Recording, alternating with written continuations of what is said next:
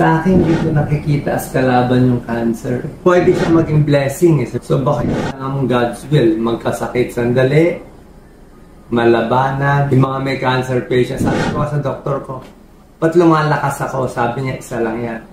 You are mentally strong, kaya feeling mo strong ka. Okay, kailangan fighter tayo. So pag may subok sa buhay, labanan, huwag takutan. Tanggapin, oo, may pagsubok. Huwag magalit, may purpose siya.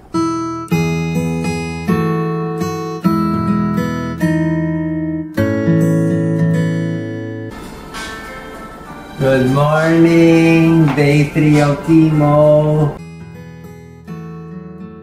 Okay naman. Mahirap na masarap.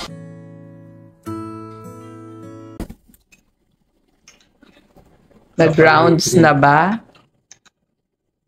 Nag-rounds na yung doktor ko.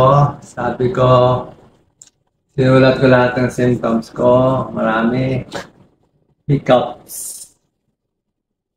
Marami. Pag malala, may gamutan. Pero pag hindi mawala naman. Dizziness. Hilo buong araw. Kulang yung dami ng dugo ko sa loob ng blood vessel. Mababa protein ko. Tsaka merong bukol na kalaban.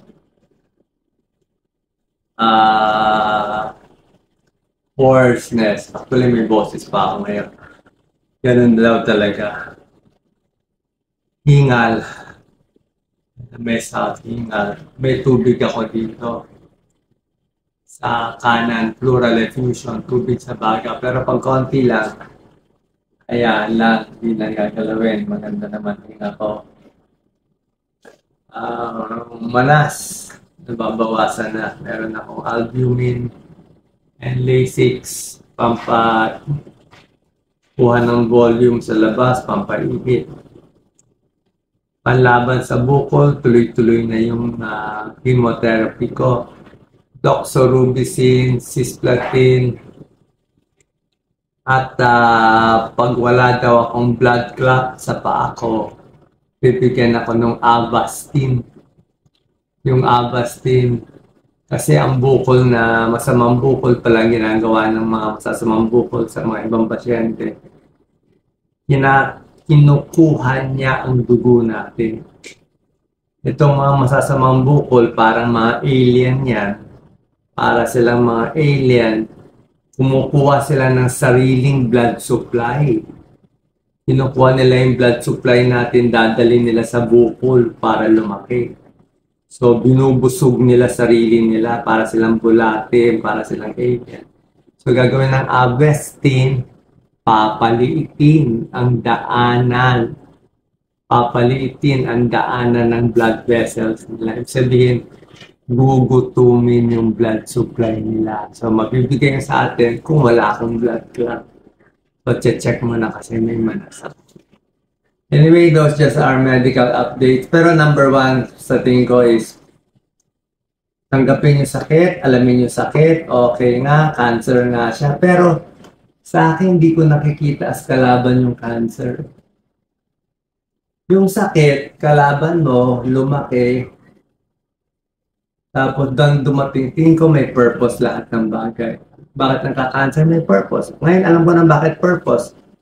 Pwede siya maging blessing. Sabi mo, Dok, anong pinagsasabi mo? Cancer, blessing. Pwede maging blessing. Naayos ang pamilya, naging super close sa anak, sa mga kapatid, sa mga pamangkin.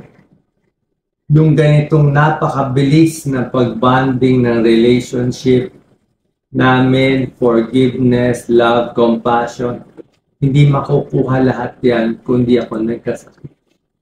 So baka yan lang ang God's will, magkasakit sandali, malabanan, at pagbalik natin sa normal, bahala na, mabuhay, hindi mabuhay, at least naayos ko na yung mga relationship sa Pilipinas, sa kamag-anak.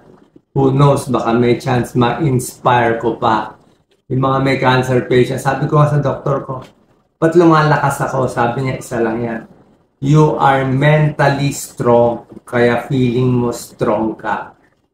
Okay, kailangan fighter tayo. Fighter to. May kalaban tayo. Kaya sabi nga niya sa akin this person who is a doctor is a fighter. He will get well.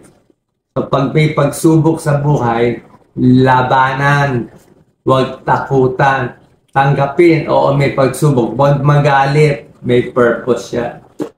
Sa akin nga may sakit nga pero ang dami naman nagbibigay sa'yo, ang dami nag-aalaga.